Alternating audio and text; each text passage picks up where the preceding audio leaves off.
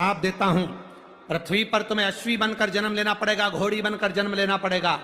लक्ष्मी जी हाथ जोड़कर पति के चरणों में नमन करने लगी, आप मुझे क्षमा करो।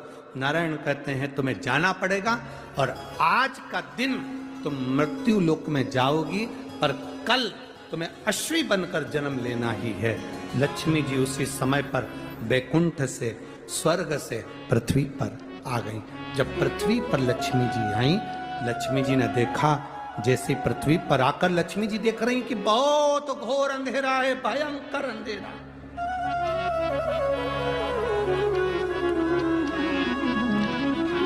आज लक्ष्मी जी पृथ्वी पर आई, घोर अंधेरा, अमावस्या की रात्रि है, भयंकर रात्रि, चारों तरफ अंधेरा ही अंधेरा।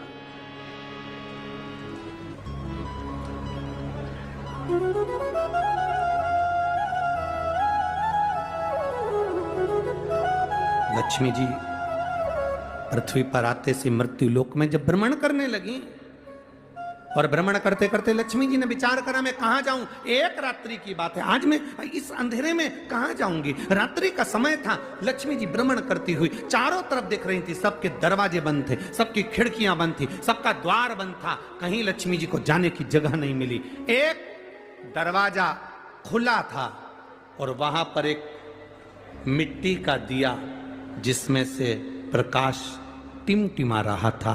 लक्ष्मी जी उस घर के अंदर प्रवेश करी। एक बूढ़ी मां बैठी कपड़े को सिल रही थी। बूढ़ी मां वस्त्र बना रही थी।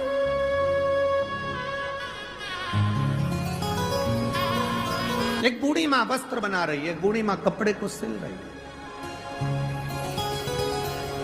अब लक्ष्मी जी अंदर जाकर बूढ़ी माता को नमन किया, प्रणाम किया। लक्ष्मी जी ने कहा मां, क्या मैं एक रात्रि आपके यहां रुक सकती हूं? बूढ़ी मां काम में लगी हुई थी, उसने गादी बिछा दी, एक तकिया दे दिया और लक्ष्मी जी को पहचानी नहीं। इतना कहा बहन आप आराम करो, आप रुको, आप रहो। मां मुझे भूख लग रही है। भूख लग रही है? कपड़ा छोड़कर मां, कपड़ा छोड़कर मां,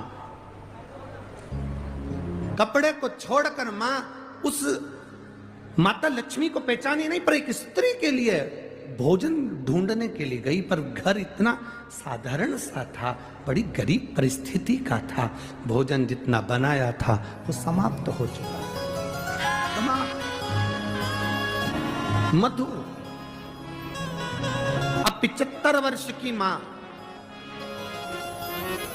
75 वर्ष की बूढ़ी मां, और 75 वर्ष की बूढ़ी मां और उसके विवाह में जो पिता ने शहद दिया था, मधु दिया था, 75 वर्ष की।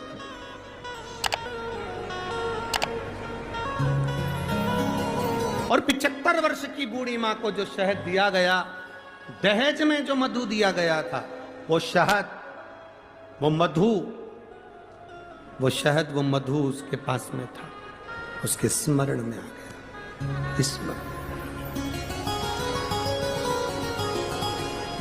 और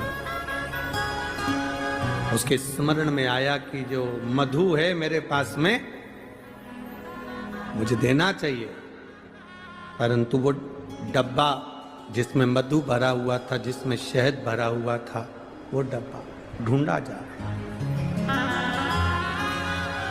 वो मधु का डब्बा, वो शहद का डब्बा ढूंढा जा रहा है। और मधु का डब्बा जब ढूंढने के लिए बूढ़ी मां लगी, दरवाजे पर जो दीप लगा हुआ था प्रकाश के लिए, वो दीप को उठाकर लेकर आई। अपने द्वार पर आए हुए अतिथि का आदर, सम्मान, सत्कार कैसा होना चाहिए, ये शिव महापुराण की कथा कह रहे। आपके द्वार पर आया हुआ अतिथि, उसका आदर, उसका सम्मान, उसका सत्कार कैसा होना चाहिए, शिव पुराण बता रहे। मधु का डब्बा, शहद की डब्बी ढूंढ रही, मिला। प्रकाश की रोशनी में देखा गया और प्रकाश की रोशनी में वो डब्बा प्राप्त हुआ। मधु निकाला, शहद निकाला और वो शहद बूढ़ी माँ माता लक्ष्मी जी के पास लेकर गई। बूढ़ी माँ माता लक्ष्मी जी के पास लेकर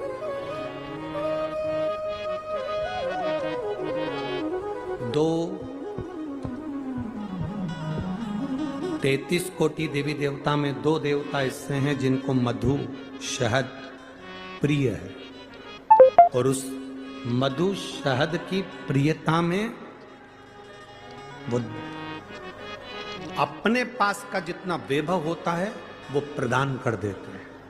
2 देव, एक देवाधिदेव महादेव,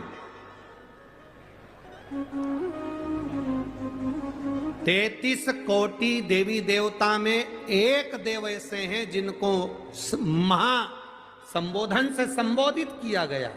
कौन है वो? जम के बोलो जरा। महादेव, जिनको महासंबोधन से संबोधित किया गया, संबोधित किया। और 33 कोटि देवताओं की जो धर्म पत्नियां हैं, देवियां, उन देवियों में केवल एक देवी है जिस देवी के नाम के आगे महा का संबोधन लगाया गया, वो केवल एक लक्ष्मी है जिसे महालक्ष्मी कहा गया। महासंबोधन, एक महादेव है और दूसरी महालक्ष्मी। बाकी के किसी देवी के आगे महा का संबोधन नहीं दिया गया। महालक्ष्मी का संबोधन त्रिदेवी में, पार्वती मैया हो, सरस्वती मैया हो, उसमें महालक्ष्मी का संबोधन, महालक्ष्मी का संबोधन त्रिदेवी में, पार्वती मैया हो, सरस्वती मैया हो, उसमें महालक्ष्मी का संबोधन, महासंबोधन लक्ष्मी के आगे आया। और त्रिदेव में महासंबोधन देवाधिदेव महादेव के सामने आया। इसलिए इन एक महादेव और एक महालक्ष्मी, ये 2 देवता ऐसे हैं, एक देवता एक देवी ऐसी हैं जिन पर मधु का प्रयोग सुख प्रदान करता। अब दुनिया के लोगों ने कहा, गुरु जी आप एक बात कह देते हो, एक देव महादेव और दूसरे नंबर पर देवी लक्ष्मी महालक्ष्मी, जिन पर मधु का प्रयोग मुंह। एक हमने पहले कथा में कहा था कि उसका लोगों ने उपहास भी किया, हंसी भी उड़ाई, पर लोगों ने उसका प्रयोग करा तो फल भी पाया। आज भी उस पत्र को, यहाँ पर भी एक पत्र है उसका, हम बताएंगे। हमने कहा था कि बीज पत्ती पर शहद लगाकर जब आप अपनी पूरी मेहनत करें, पूरा कर्म करें और अच्छी मेहनत में तल्लीन रहें, और मेहनत करते हुए जब किसी कार्य के लिए जाएं तो मध्य पत्ती में मधु लगाकर, शहद लगाकर, सुना था कि नहीं सुना था? शहद लगाकर शिवलिंग पर उसको लगाकर फिर जाइए, कार्य में सफलता मिलती है। ये हमने कहा था। अब दुनिया के लोग भले हंसे, पर जिन्होंने स्कंद पुराण पढ़ी हो, कुर्म पुराण पढ़ी हो, लिंग पुराण पढ़ी हो, मत्स्य पुराण पढ़ी हो, और जिसने कभी जिंदगी में एक बार शिव महापुराण का स्मरण करा हो या देवी भागवत का स्मरण करा हो, तो उसमें मधु का, शहद का बड़ा महत्व बताया गया। मधु का, शहद का बड़ा महत्व। शहद, मधु एक देवाधिदेव महादेव को समर्पित करने वाला और एक मां लक्ष्मी को समर्पित करने वाला क्या देता है, ये शिव पुराण की कथा कर रही है। जब बूढ़ी मां के पास में कुछ भी नहीं था, 80 साल, 70, 80, 50, 60 साल पुराना शहद, मधु रखा था। शहद, आप लोगों में से कितने लोग हैं जिनके घर में शहद है, मधु है? रखो। अब मधु आपके घर में है, कोई सामान आपके घर में दाल भर कर रखना, उसमें कीड़े पड़ जाएंगे, सड़ जाएगी। दूध रख दिया, घी रख दिया, 10 साल, 5 साल, 8 साल, 15 साल में उसमें कीड़े पड़ सकते हैं, वो सड़ सकता, पर केवल एक मधु, शहद ऐसा होता है जो 50 साल तक भी रखा रहे तो सड़ता नहीं है, बल्कि औषधि बन जाता है।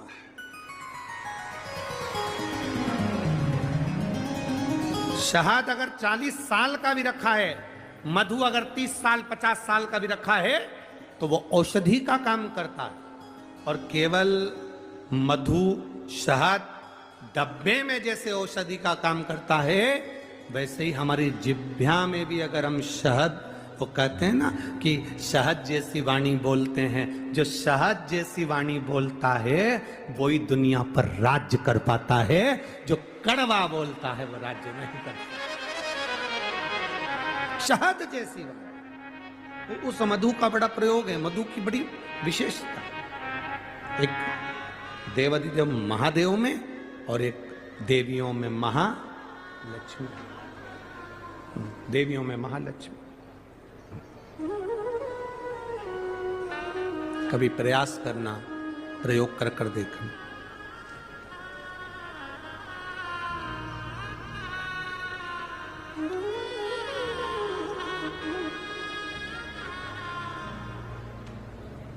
कभी प्रयास करना।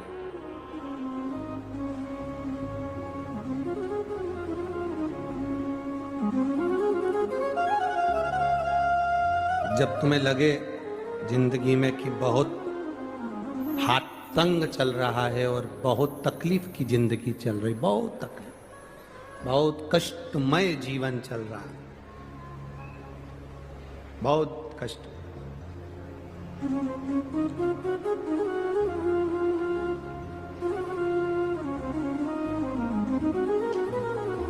एक देव दीपावली आती है, कभी तुम लोगों ने पढ़ा? पंचांग में, कैलेंडर में उसका वर्णन आता है। पढ़िए देव दीपावली, अरे बोलो तो जम के पढ़िए। एक देव दीपावली आती है, एक दीपावली, एक देव दीपावली। इन दोनों दीपावली के दिन अगर प्रयास करना, अगर बहुत कष्टमय जीवन चल रहा हो, फैक्ट्री भी ना चले, दुकान भी ना चले, व्यापार भी ना चले और कर्जा बढ़ते जा रहा हो, टेंशन ही टेंशन पूरी जिंदगी में हो रहा हो, कहीं से संपदा आ नहीं रही हो, धक्के की जिंदगी चल रही हो, तो एक बार मधु का प्रयोग कर कर देखना। महालक्ष्मी की अगर पूजन कर रहे हो देव दीपावली पर या दीपावली पर, तो पान के पत्ते पर एक शहद की बिंदी रखकर लक्ष्मी जी को भोग लगाइए, और शंकर जी के मंदिर में उसी दीपावली को या देव दीपावली पर शंकर भगवान के शिवलिंग पर एक पत्ते पर या पुष्प पर एक बूंद शहद लगाकर शिव जी को समर्पित कर कर देखिए। अगला वर्ष तक इंतजार करना, बाबा आपकी जिंदगी में 4 चांद ना लगा दे उस मधु के बल पर, तो आनंद के लिए प्रयास करिए। मधु में क्या बल है? ये शिव महापुराण की कथा कर रही है। लक्ष्मी जी को श्राप दिया गया, तू अश्व की योनि में जाएगी, अश्वी बनेगी, घोड़ी बनेगी। भगवान नारायण ने लक्ष्मी को पृथ्वी पर भेज दिया। लक्ष्मी जी पूरी रात्रि, अमावस्या की रात्रि अंधेरे में भ्रमण कर रही हैं, कहीं उनको जगह नहीं मिली। एक दरवाजा खुला था, दीपक टिमटिमा रहा था, लक्ष्मी जी उसमें प्रवेश कर गई। बूढ़ी माँ कपड़े बना रही थी, भोजन मंगा, भोजन था नहीं। बूढ़ी माँ ने शहद का डब्बा ढूंढ लिया, मधु की डब्बी ढूंढ ली। उस मधु की डब्बी को, उस शहद की डब्बी में से थोड़ा सा मधु लाकर लक्ष्मी जी को दे दिया। थोड़ा सा मधु लाकर, थोड़ा सा शहद लाकर लक्ष्मी जी को दिया।